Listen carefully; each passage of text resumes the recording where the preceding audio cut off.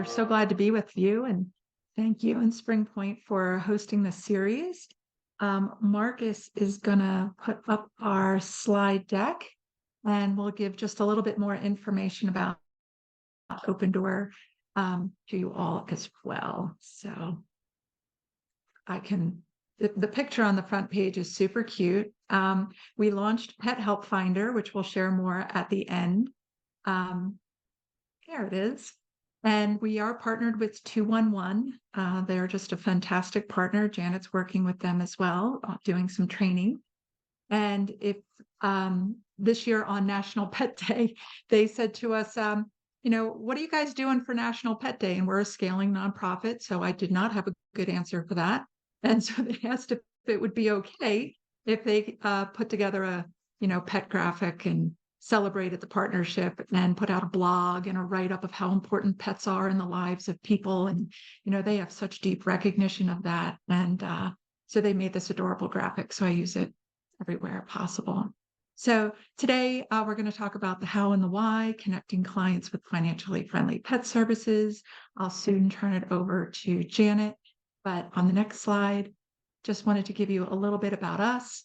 Open Door Veterinary Collective is a 501c3 ourselves. We believe that all pets and people should have access to veterinary care. And we also believe there needs to be a sustainable veterinary system that provides access to veterinary care. So we do a lot of work directly with clinics across the country. We do research, we work on innovation, and we also work on eliminating barriers to people being able to access pet services and veterinary services, of course. Next slide. If you go to our website, you can see our team. Click on each little bubble there, and you'll get to learn more about each of us. But we're just so proud to have such a passionate team that's got such a depth of experience in veterinary medicine, community animal welfare, practice owners to Dr. Terry Spencer, who's been developing online curriculum for a long time with the University of Florida. So we're really proud of our team and hope that you'll take a chance to get to know us a little bit better there. And then we have some great advisors, Dr. Jyoti Robertson, Heather Santarelli, and Seema Thakar. Seema works in housing primarily now, but she used to be with PetSmart Charities. So she's got a lot of cross depth there that she brings to our organization. Next slide. So again, we do one-on-one training, we publish research, we do program development, and we do a lot to build collaborations and solutions in access to pet care. We do have an online course coming up for anyone that works in, because I know that we've got about 65, 35 split here, people that work in animal welfare and people that work in social services. So we do have an online course coming up on access to veterinary care. And so you can sign up at our website to get notified when that is live. Next slide. I think now I'm turning it over to Janet.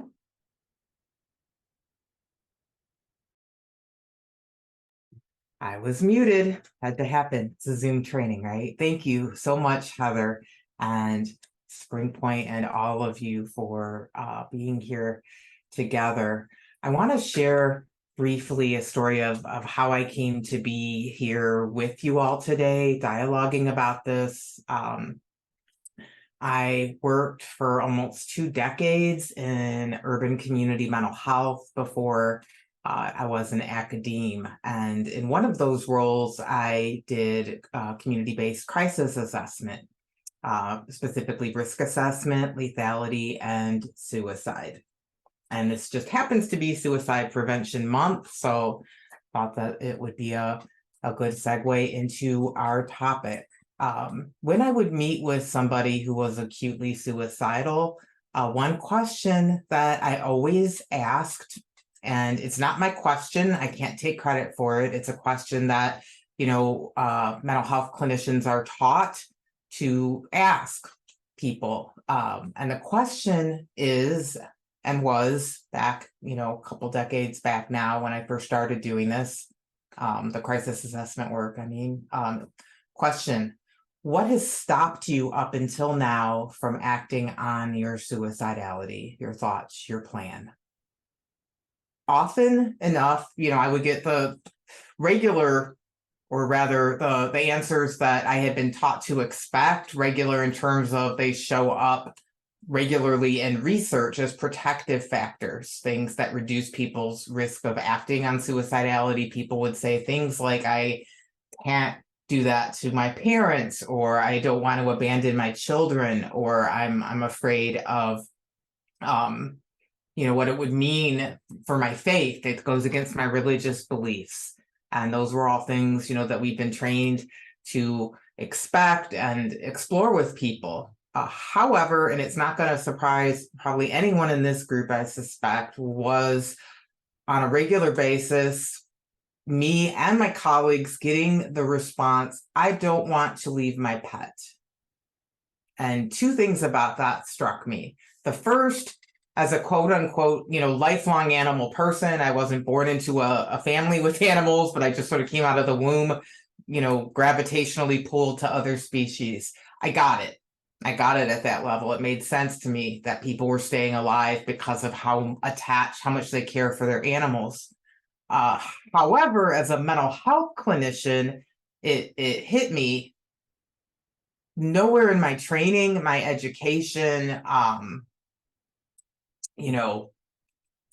college or, continuing education credits, anywhere had we been taught or trained to even ask people about their animals, let alone explore how their animals could be a strength and or a stressor, and how to support them in keeping that relationship with their animal as strong and healthy as possible. So nowhere was that happening in my experience and the experience of my colleagues. And yet on a regular basis, we were being told by people that literally the reason that they were still alive talking with us was because of their animal. So that stayed with me. And really, I've been a longtime mental health clinician, practitioner, very interested in peer support, community-based resources and supports for folks. And within that, people's relationships with their animals. And as I mentioned, I also, very much an animal person. What I share with you today is going to be from a human-centric standpoint, in that trying to activate human healthcare, mental health, social service systems to be more proactive and responsive to people's relationships with animals. It's important to understand how powerful a relationship with an animal can be for human health and well-being. Next slide.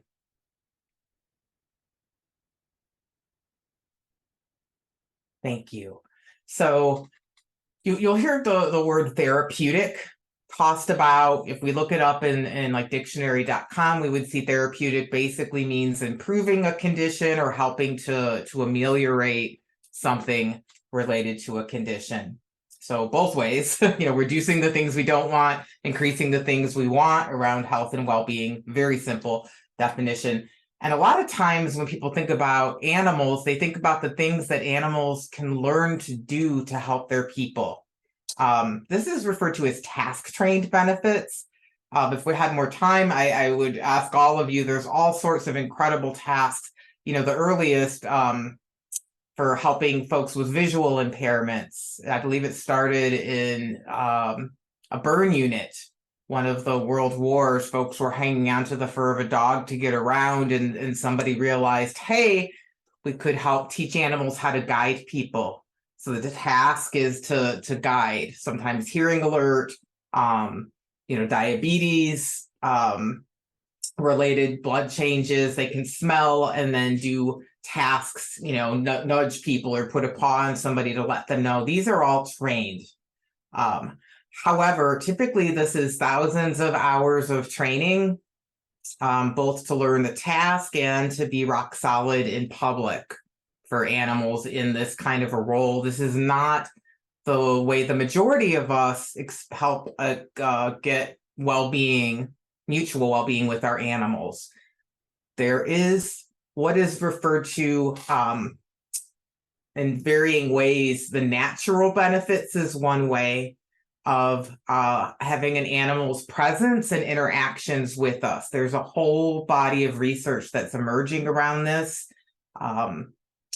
Biological, psychological, social, and emotional benefits of animals in our lives, their companionship, their presence, our roles because we have them. Animals do not need special training for us to have these benefits. This is what goes with having an animal in our life. I have the picture here of somebody sitting with a cat. My guess is she did not teach that kitty how to sit with her when she ate. Probably kitty decided to do it. And a little more context, this is something that she found, enjoyable, having dinner with her kitty. Next slide. And just in terms of health, again, the benefits around the natural interactions and presence of animals fall squarely in the domains of human health. We are biological, psychological, social creatures. We're social mammals. So, very, very specifically fits into how, human health care, mental health care, public health approach human well-being. Next slide. So what are these benefits that are increasingly supported in research? Perhaps the most intuitive is the emotional. This is the comfort, the affection that we get from our animals.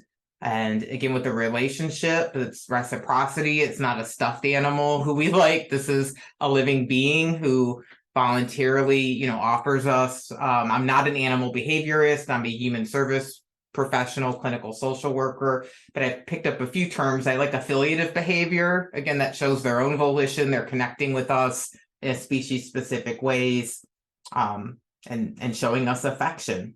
Psychological, I mentioned suicide prevention. That's certainly a biggie, but there's research associated with, increased self-efficacy, fancy word, behavior activation, more simply put, motivation. People take better care of themselves because their animals need them. I've worked with folks, who everything from keeping appointments with a healthcare provider to making sure they're eating their meals or sleeping better because they want to make sure they're caring for their animal. And then there's the roles that we have. You see cat dad, dog mom, things like that. Social falls into direct. This is, again, the companionship that animal provides us. It is not a surrogate human, or I should say they are not surrogate humans. They're their own living beings. They have, there's sort of an overlap in what they provide that's similar to other humans. And then, of course, their own ways of interacting with us. And then there's what's called indirect. An example of that would be all of us here together right now. Animals bring people together. Looking at a selfie on a phone, people walking a dog in a neighborhood, kitties sitting in a window, the kitty window phenomena, people meeting their cat lovers because their kitty is in the window being admired by somebody. They connect us to other people with similar interests, connections to animals being one of those. And then, of course, physical, we have the person walking the dog. The activity related benefits of dog walking, have long been looked at. However, contact related benefits, this is cuddling, snuggling. Again, and not a stuffed animal. So they need to be willing that this is not like grab the dog and force a hug on your dog when the dog is actually, again, not a behaviorist, but I've learned enough, like that's a primate thing. Like canines may not, appreciate hug. That could mean something very different. Animal folks could elaborate more on that, I'm sure. But contact that is mutually engaged in. What that does actually for not just us, but for animals is that, social mammals, is it reduces this hormone called oxytocin. Oxytocin was discovered in human breastfeeding studies. Was then found to happen in, bonded human pairs, and then branched out with research to humans and other species, mainly dogs. When we're interacting with animal, non-human animal or human that we're attached to or have a positive response to, After a bit, we can release oxytocin. Typically, physical contact, but even eye contact can cause it. Why do we care about oxytocin? Well, first of all, we feel good. It's that warm, fuzzy feeling good. Secondly, there is a whole cascade of physiologic things that happen in our bodies. Our heart rate, our respiration rate, our blood pressure all slow. And our cortisol tends to go down. That is a stress hormone. And when we're flooded with stress hormones, our immune system tends to be depressed, and we're more at risk of inflammatory state and all the lovely things that go along with that. So immediate moments of contact, oxytocin, multiple moments over extended periods of time. Now we have a longer term protective effect. Next slide. And as an example, the American Heart Association in 2013 put out a white paper summarizing the research on cardiovascular benefits of animals. Again, most was around dogs. Again, they weren't saying like, go and get a dog and you won't have a heart attack. However, they were saying this is a fairly robust, group of research, and it's looking very.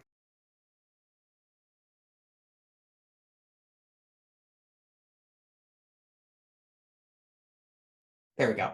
Very much like having an animal, is associated with improved cardiovascular health. If you've had a heart, attack or episode, shorter recovery time, some really interesting data, not just associated with walking and movement, but that contact.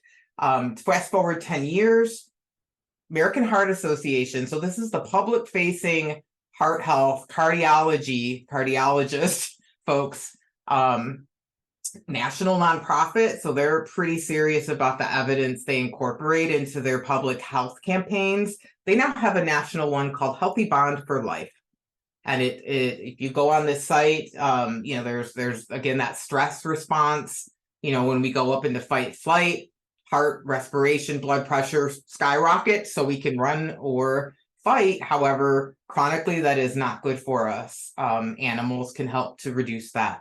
And evidence is pretty substantial at this point to where the American Heart Association is now campaigning around that to try to help people. Next slide. Roles, I hit on this earlier with the task training, but service animals, these are the only animals that have public access. Services are essentially tasks that they are trained to help one person with aspects of a health or mental health condition that meets the definition of disability.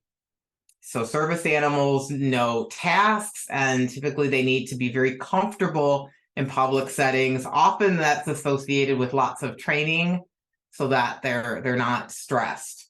Expecting animals to, just like us, we learn something, but we're put in a whole bunch of strange situations and supposed to perform perfectly. That is rough. So service animals need both. They need to be habituated to a wide range of public settings. And the task training, they're the only animals that people have a right to take into public spaces. Public access, it's called. Therapy animals, these are the animals that go out with their person and help other people. So it may be, vulnerable population, folks in a nursing home, or maybe it's a school or a school shooting. Sandy Hook actually codified in their state, the dogs, the parents, the community, and the kids all reported that therapy animals were one of the most helpful things. No words really to be offered in those kinds of situations, but animals don't work in that way. So it was effective, and they actually have it in state law now to have crisis response therapy animal teams after Sandy Hook. Companion animals, I'm jumping down. These are our pets. And these are the animals when the American Heart Association launched their Healthy Bond for Life. This is the group they were talking about. So therapy animals don't do special tasks, but they have to be able to be comfortable, calm, good manners in public. And they're typically credentialed by a national organization. They may also work if, some of you are health human service providers, you may have a therapy animal working with you as partner, kind of a co-therapist kind of situation. Emotional support animals. There's so much confusion around this term. This is a companion animal or pet who, by the natural benefits they provide, so they're not doing anything different, but those benefits are affecting their person's health or mental health condition such that it is therapeutic, and it is either improving something or reducing something that are related to that person's functioning. That is an emotional support animal, and verification of emotional support animal status happens through a letter, typically by a health or human service provider, but the purpose of it is verifying need for accommodation. And that is under the Fair Housing Act. So this is a legitimate legal status. There's no special vests, no special trainings. And many of you on this call may have already provided letters or are able to do so. It needs to be a person who has reliable knowledge of the person's need. But it is not animal-assisted therapy. It's not service animal. The animal doesn't need special training. It's the effect of the natural benefits on their human, improving the human's functioning around a health or mental health condition. And there's not a limit of it has to be a certain size of improvement. It needs to be impactful, but not a ruler stuck to that. Next slide. So here we go. Summary: service animals, training, tasks, one person, only animal who has, their person has rights to take them in public. If we're not sure, that's under the Americans with Disabilities Act. These are all, I'm talking United States, so there's certainly, variability in other countries. And of course, in addition to the tasks, those everyday benefits are already happening. There was a study that just came out of veterans with PTSD service animals. So what are tasks? They learned how to wake their veterans up from nightmares. They learned how to lean in and provide pressure, help ground them if the veteran was having a flashback. Those are just two. Specific to what their vets needed. In the research, the vet said that helped their PTSD, and then the scales, their symptoms went down. However, the vets also reported that the natural everyday benefits of their animals were at least as impactful as the task trained. And they cited, suicide reduction, like that helped them to manage that. Next slide. Therapy animals, again, these are not helping their human. They're going with their human to places, or if it's a professional kind of thing, they're going with their human to the human's work and helping the human provide professional services, counseling, physical therapy, occupational therapy. Or if we're talking horses, the human may go to, where the horse is. So the training needed, it's not, if we look at this picture, this dog probably wasn't trained to put their head up in this angle and give a loving look. That is of their own volition.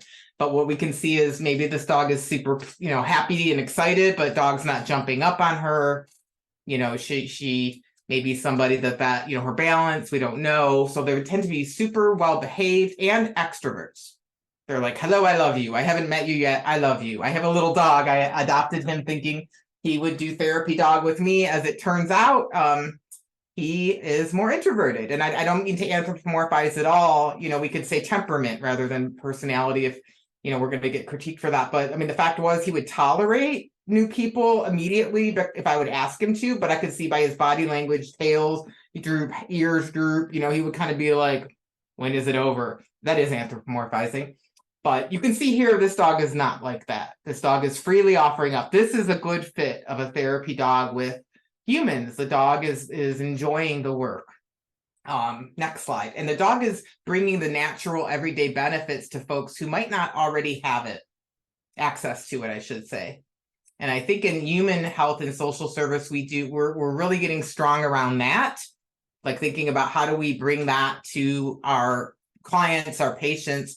What we're not as good about is the next two groups, emotional support animals.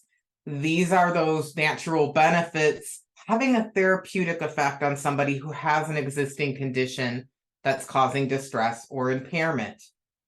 We can write verification letters in our resource handout you're going to get.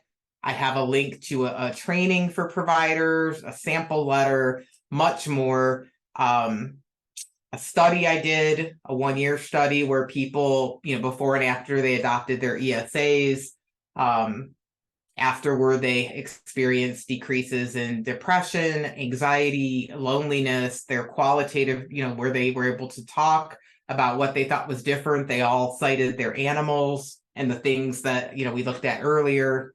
The combination of benefits making a tremendous impact. These were folks who were all on disability for mental health concerns, diverse group of individuals. The letter is what enables the person to have the animal's companionship as a housing accommodation. So what does that mean? That means that if they're looking at rental housing, even if it's quote unquote no pet, the animal is not considered a pet. The animal is considered an ESA. There can't be a pet deposit. There can't be a pet fee. There can't be breed restrictions, weight restrictions. Actually, I'm not going to go through the whole acronym HUD, Housing and Urban Development Memo. Again, on the resource sheet, it lays out, what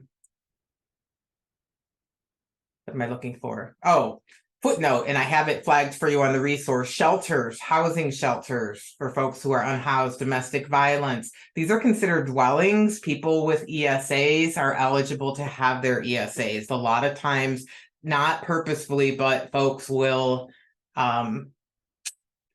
think that only people with service animals, task-trained animals, can bring them into shelters. That's not accurate according to HUD. However, as I mentioned, ESAs, they don't have training. They may be super stressed by new settings, or maybe not. I actually have a cat who would do much better than my little dog. She's never met a stranger. I know, cat, weird, but that's how she rolls. So getting them into the shelter is a piece, but then, just making sure that they're not bringing fleas or ringworm. They need vaccines.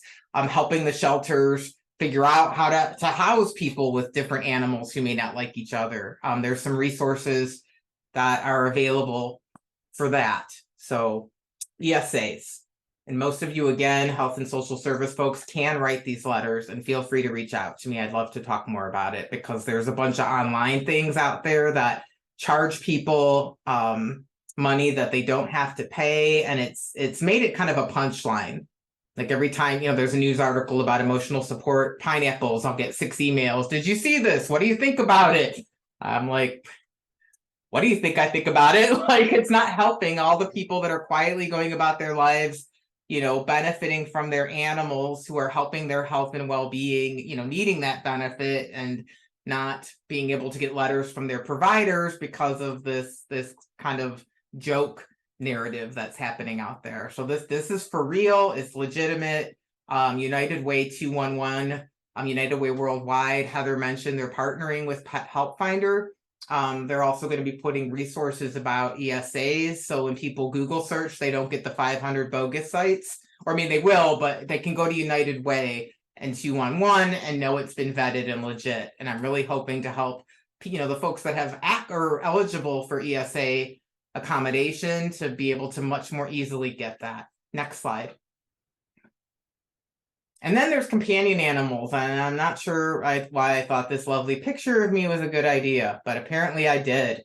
Looks like I have, I don't know what on my nose, but I am a colon cancer survivor, and I was very fortunate in that my dog was brought to my hospital room. The hospital was willing to arrange a visit, and I can tell you, maybe I can't tell you. It just, I have a hard time when I'm separated from my animals for extended periods of time. I was stressed.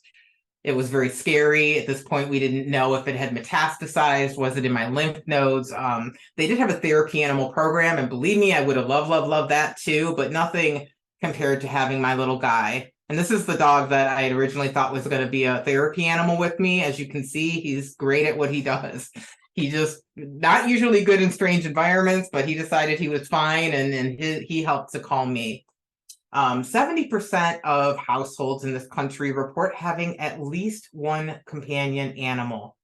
So when people, will here I work with human animal relationships, bonds, like supporting those. They equate that sometimes with animal assisted therapy, and will say things like, that's great that you do that, but I'm not an animal person. I don't need to know about that in my social work practice or my healthcare practice. My response is, it's not about being an animal person, although that helps. It is about being a competent health, mental health, or social service care provider. In social work, for example, we're taught, like, one of our foundational pieces is start where your client or your client system is at. We don't do to, we don't, very limited for, we do with. And if your person or family is identifying an animal as a family member, it is not for us to decide that is valid or not valid. And that animal may also be a tremendous social support, and as with any relationship, mixed bag. True story, when my older little dog pooped in this very office that I'm sitting here talking with you. Now, he pooped earlier today. That did not please me. It is not, pets is panacea. There's a colleague in VCU who uses that expression. But as with any relationship, often, especially the ones that we want to keep, typically are the ones where there's many more benefits. So how do we support that? Next slide. And again, this is family that people are identifying their animals as. And here's just some evidence. There's shifts in court. Property is of course, how animals are legally considered right now anyway, but there are courts that are moving from animal property value to the animal's well-being and people's emotional relationships with them in deciding where an animal goes. Animals in obituaries by name, holiday cards, wedding parties, health and bereavement benefits. Next slide. Example of obituary person, one of the only ones named was her dog. On the right, we have laws, and there may be more now. I pulled this off, but states where the dissolution is not handled in property court around the animals. Decision making where the animal goes if there's a disagreement. And then there's pet protection orders. Heather pointed this out to me, and this would light up much more. States with protection orders that can include pets. So if you're working in a domestic or intimate partner violence situation and the animal is being used to intimidate or control, they can be included in a protection order. Next slide. Pets Evacuation and Transportation Standards Act. This requires municipalities to include animals in planning during natural disasters if they want federal funds. Why? Hurricane Katrina, people refused to evacuate because they could not bring their pets and they would not leave their pets to die. So kind of full circle. Not only do people live for their animals, but they're also willing to potentially, put their lives on the line with them. Leave domestic violence situations, refuse health care. I'm sure if I asked this group, you all could share examples of these kinds of things where your clients and patients may have delayed, or the flip, the animal folks out here, you've probably gotten calls from providers looking for help. Next slide. So Heather is going to share more about a specific look. This is a national agency. I think we've all heard of this. So again, this isn't niche. This is mainstream, that this is being identified as a need. Heather, as one of the lead researchers on this, could you share a little bit about what you all saw here? Sure, yeah. And there's a lot of information in this report. You don't have to write down this link. We have this on the takeaway sheet that you'll get via email. But a summary report was published of this research, and this is a nationwide social service agency recognizing that to fulfill their mission, to care for people and working with seniors and working with senior populations, concerns about loneliness and social isolation, and really wanting to look at how to expand pet programming in their work in recognition that the well-being of their clients very much depends on the well-being of the bonded family. And so this research was done, it was published in 2021. Again, just a summary report of it. Has a lot of statistics in there that may help you articulate programs that you're looking to launch in your community or give you something to point to. Oh, I popped out of the screen there, sorry. So if we go to the next slide, or if we click advance, the type of information in this report, in the past 2 years, have you gone without personal care or necessities for yourself, such as medical care, paying bills, utilities in order to provide for your pets? We had over 400 completed surveys of homebound seniors with pets receiving home nutrition services from Meals on Wheels programs nationwide. And pretty much 30%. And this wasn't, did you go without getting your hair blown out? This was, are you foregoing personal care or necessities? And in fact, the impetus with Meals on Wheels came years ago when programs were saying, hey, we're hearing that the food we're giving to people is being given to their pets. And if we don't start providing pet food, we're not giving the nutrition service that we're aiming to deliver. And from there, it has grown to look at other issues such as veterinary care, temporary boarding, general pet support services, help cleaning up after pets, and so forth. Next, advance, please. Thank you. We mirrored questions that are in a report, the Access to Veterinary Care Coalition report published in 2018. We want to thank University of Tennessee, Dr. Blackwell, Linda, the whole crowd for letting us replicate some of their questions so we could build upon that body of knowledge. And so we ask a lot of questions about in the past 2 years, which is how their questions are modeled. But very disappointingly, especially as someone who's run humane organizations, we asked in the past 2 years, have you reached out to a shelter or humane society for assistance with your pets? Again, these are homebound seniors receiving nutrition services. They all have pets in this study, and only 16% had ever reached out to a humane society for help. And so it really is so critical that we all partner together in social service and in animal welfare to address the needs that people have and work together to reach them. This is very similar to Pets for Life data that's found, and it really highlights that we need some new approaches. Next slide. We identify the needs of this population. So if you are one of the animal welfare organizations here, maybe this would be helpful in designing a program in your community. But we captured what have their needs been in the past 2 years. Pet food at the bottom, super high, but vaccines, very high. Nail trimming, grooming, blood lab tests, prescription food came in at 26%. So 26% of the homes reported needing help with prescription food. We have a lot of pet food programs out there, don't have a lot of prescription pet food programs out there. An important one, euthanasia. 29% of people reported needing help with that. And it causes tremendous suffering if we can't provide that final kindness for our family member. And so, looking at how we need to develop programs. Next slide, and one that was, obviously so important to Meals on Wheels America. We use the bonded family scale. And in this report, you'll also see the UCLA-3 loneliness scale, love and social isolation scale, like human scales. This one is a bonded scale developed by Dr. Nugent. And this asks questions about their relationship with their pet. And if you look down the left-hand side, you'll see these are all in the 90s. Very high percentage of pet families felt their pet brings happiness to their life. They would feel lost without their pet. Having their pet in their life makes them feel less lonely. Their pet makes them feel happier. It comforts them when they have bad feelings. They feel emotionally close to their pet. Their pet loves them.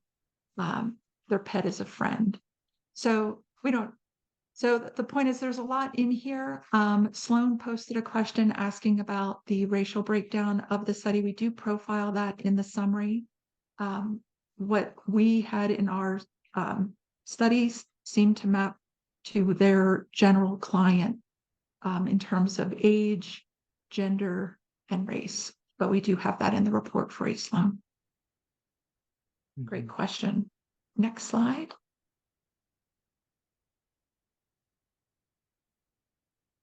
And then I think I'm going to hand it back to you, Janet.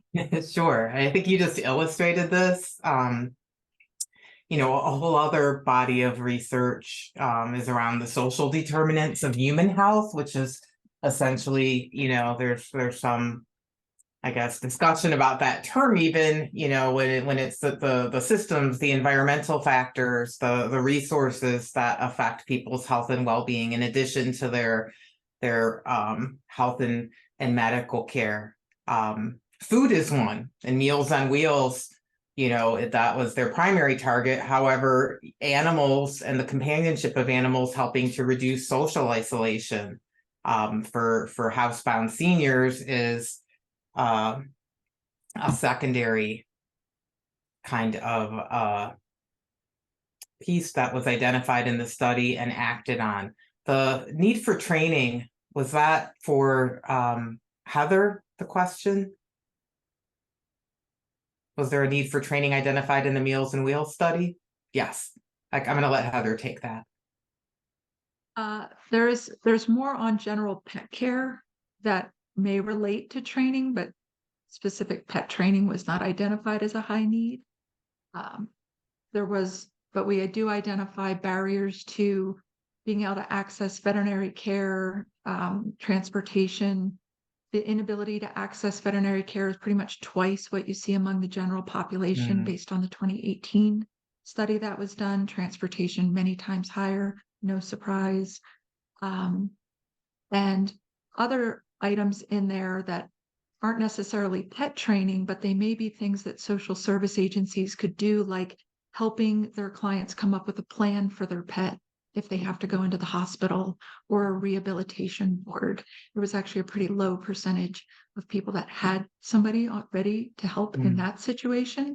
And that's where crisis fostering certainly comes in. We heard from some Meals on Wheels programs that they or their staff or their volunteers would end up fostering someone's pet, so they wouldn't have to give them up just because they got a hip replacement. And also making a lifetime plan for pets. Certainly some of those would indicate some pet training help, but also, you know, some information and support for the person to help plan as well. Thank you, Heather. Yeah, so supporting, exactly, it sort of comes down to helping the person helps the animal, and helping the animal helps their person when they are a bonded pair. And this maybe would have been better phrased as, you know, animal shelter surrenders, perhaps, because having, you know, an actual house does not necessarily, they could still be with their person. But that place of mutual well-being as long as possible is where, you know, there's common ground between animal welfare folks, human welfare folks, and right now, and this is, you know, my, I guess, informed opinion, but it seems like there's a lot more emphasis, there's a lot more heavy lifting happening on the animal welfare side with, you know, human animal support services, which we'll talk about. On the human welfare, I think we're still focused on like more clinical outcomes, like a therapy animal can reduce depression, reduce anxiety, but how about looking at helping keep whole groups of people's animals with them by reforming policies and barriers, and getting support services when they're needed to keep those benefits with people, like Meals on Wheels did, for example. Next slide. Not my approach, can't take credit for it. One Health actually has been around for quite a while in international health dialogue, and the initial focus was on transmission of zoonotic diseases. You know, the idea is, you know, if the water's, you know, the environment's polluted, the people and animal are sick. If, you know, the humans and animals are passing things back and forth, that can be of detriment to the health across the board. However, One Health, One Welfare rather than just absence of disease, absence of pathology. How about wellness? How about looking at the human animal relationship as symbiotic and supporting, mutual well-being, and the environment, being an integral piece of that. So One Health, One Welfare is increasingly, internationally including human animal relationships, not just from a zoonotic lens, but a well-being symbiotic lens. Next slide. Types of human animal support services. This is by no means exhaustive, but all of these, some they can come out of animal organizations, human organizations, most commonly partnerships between them. They may be formal, they may be informal.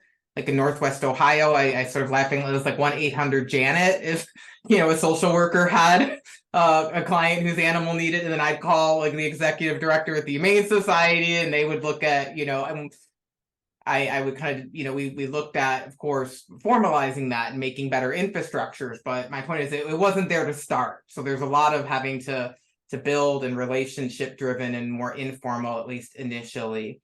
These kinds of services are actually in the United States originated during the AIDS epidemic and came out of a human organization called the Ashanti Project, which originally served folks with cancer when cancer was stigmatized still, and then shifted to folks who were contracting AIDS. Lots of community stigma back in the 80s, but one thing that was found was people's animals, tremendous support, tremendous comfort.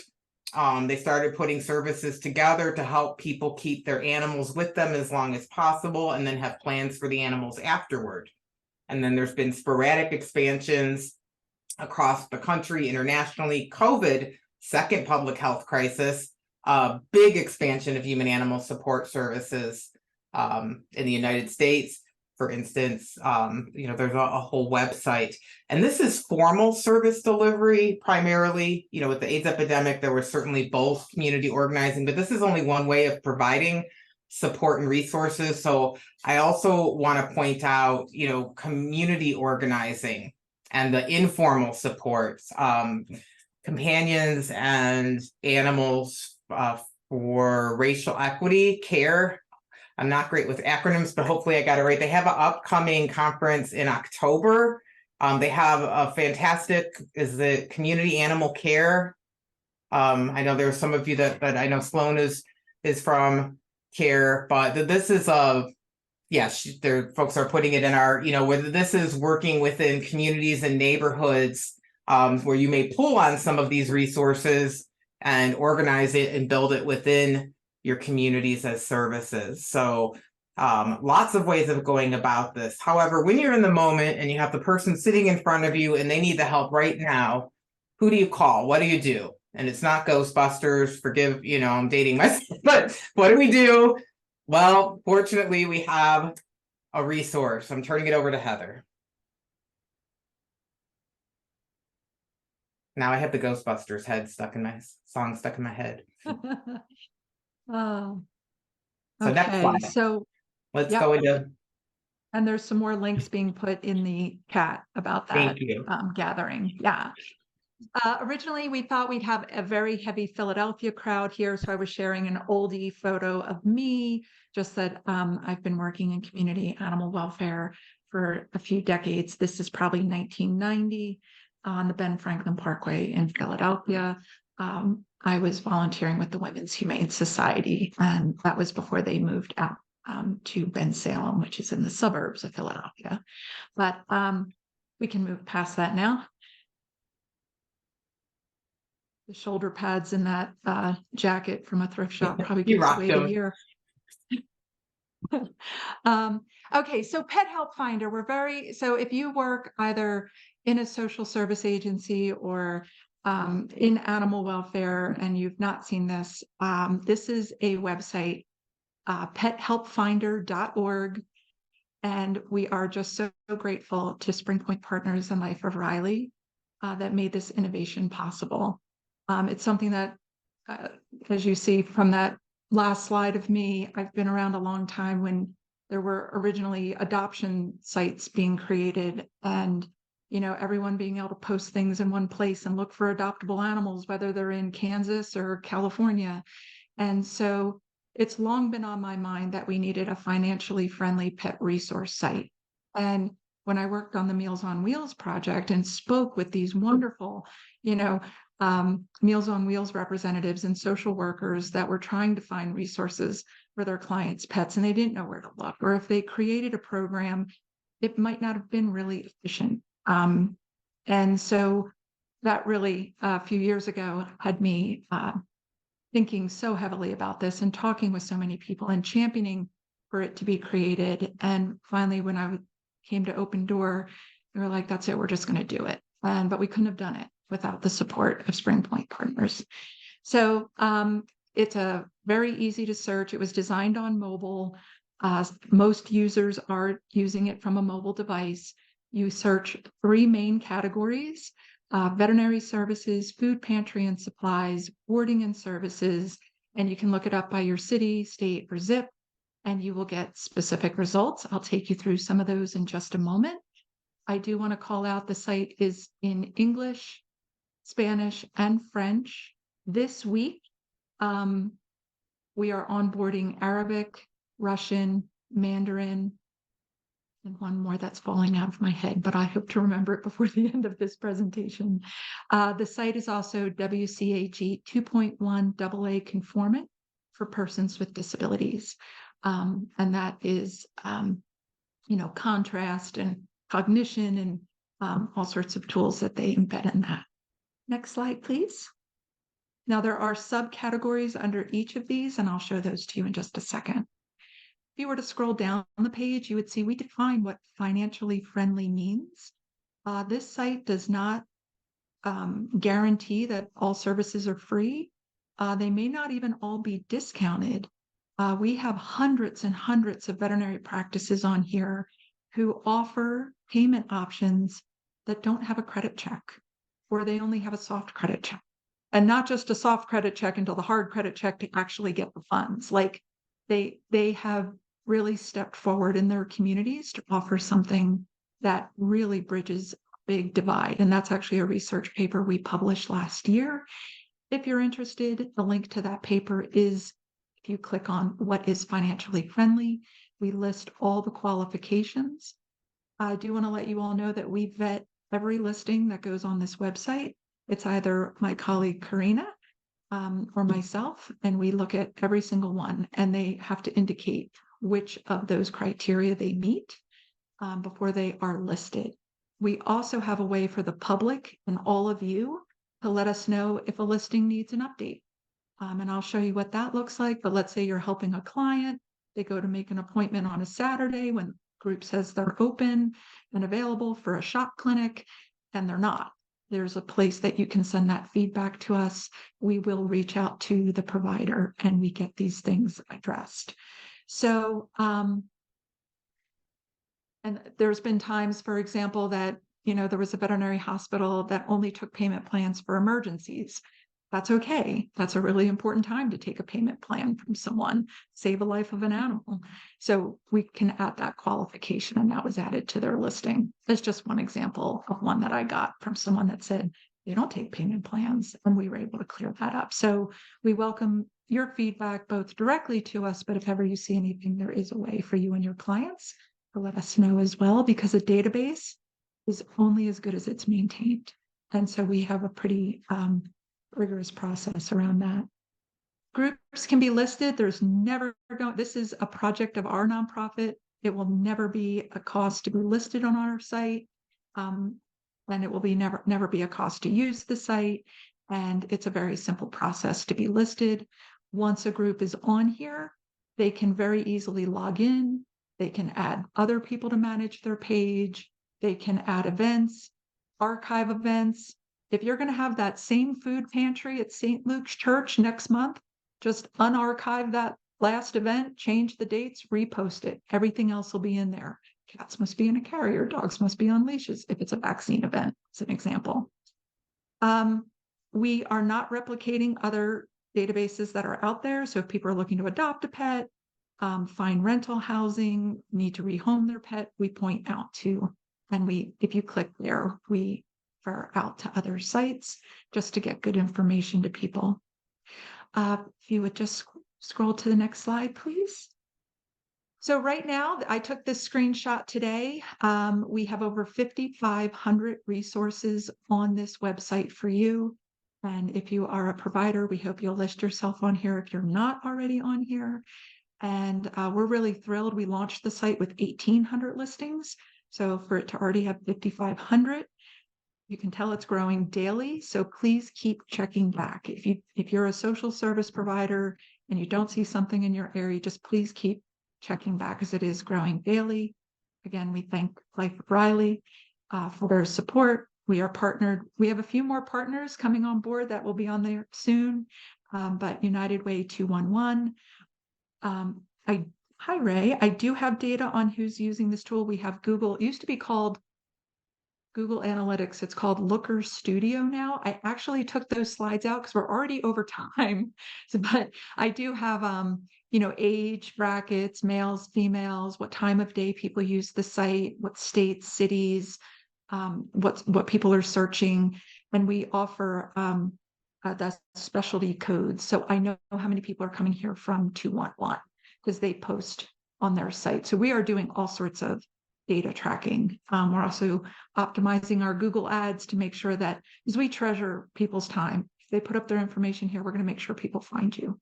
So we're making sure to do some quality, targeting and Google ads and so forth. Next slide.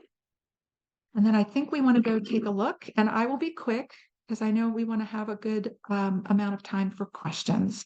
So Marcus, I'm going to share my screen. Okay, and it didn't say I'm sharing my screen, so I will try again. Bear with me. And if someone would just nod their head that it comes up okay. Oh, a lot of people are off camera. Could somebody nod and let me know if that comes up? Wonderful. Okay, so here's what it would look like if you searched Philadelphia. Again, thought we'd have a pretty heavy Philly crowd. Used my great-grandmother's zip code, which is in the Kensington part of Philadelphia.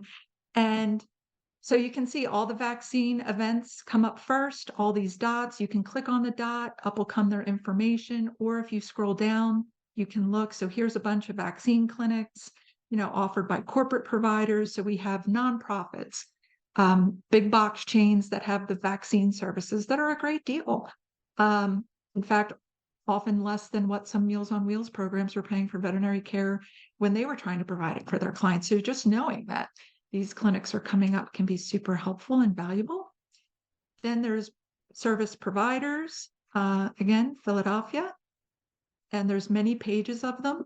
And then at the bottom, for those of you, there are traveling services, online, regional, and national, and this includes grants. So here's where you can find grants for veterinary care or vouchers or other programs as well. I'll come back to that in just one quick minute, but let me show you up at the top. You can refine your results by clicking on this button. So again, 19122 is my great-grandmother's zip code. Spent a lot of time there walking to Wanamaker's. Again, that's probably falling flat on a lot of people on this call. But does the clinic offer payment options? Are they offering vaccines and preventative care, sick, surgery, dental, urgent, emergency care? There's that end of life care as its own searchable category. Feral and community cat help offers grants, subsidies, or vouchers, treats rabbits, pocket pets, and exotics. I will tell you, the horse people have already contacted me if you want horses on here, and spay and neuter as well. So they can change the search radius and they can update the filters to refine the results. And then just another example under boarding and services. Here I went to the other coast over at San Francisco. And here you'll see direct providers of other services. And then at the bottom, national programs. If you click on each of these tiles, up will come their information. Again, if something is incorrect, there's a way for you to let us know too. And so Red Rover is just a fantastic organization. They offer grants for temporary boarding. So if you have a client fleeing a situation, and we know there's delayed flight if people cannot leave with their pets, Red Rover is an organization that not only can help with a grant, they also work with social service agencies to provide funding to help you add co-housing to your emergency shelter. So, there's a lot here. There's pages of results on all of these. And again, you can refine results here. And so temporary boarding. You are the first to know that we are adding a category. We've had wonderful relationships that we're building with services for the unhoused and people that are fleeing sexual trafficking and so forth. And so we are adding a category for co-housing. So this will be, housing that people can go to with their pets. We wanted to keep that a distinct category from temporary boarding or crisis fostering where they're not with their pet. So that's going to be its own searchable category, and that'll probably be in about a month. So you're the first to hear that, that is coming online. And then if I go back, because I know we want to get to questions, there's a way to reach us on here. You can email us right there. We also have a way that you can share this in your community on the home page at the bottom. If you click on Share Us, we give you rights to use our logo. You can create your own custom link. If you put in your organization name, it will not appear. We just wanted to know who we're creating links. What search radius, give us your city, state, and zip. You will get a link that you can attach to one of these logos, and it'll bring up, let's say, all pet services near Milwaukee, and it'll be whatever search radius you define. So I wanted to share that with you before I stop sharing my screen. And Marcus, if you could bring back up the main presentation.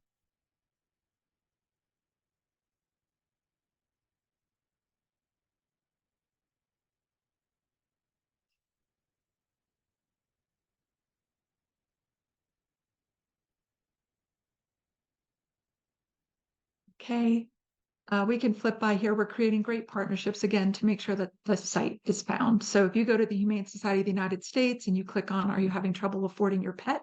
It's one of their most popular pages people visit. It directs them to go to Pet Health Finder. So we wanted to just, Janet, I think we could come back to the key takeaways. Maybe we could go to questions. Sure. Okay, so if we go 2 slides ahead, Marcus, please.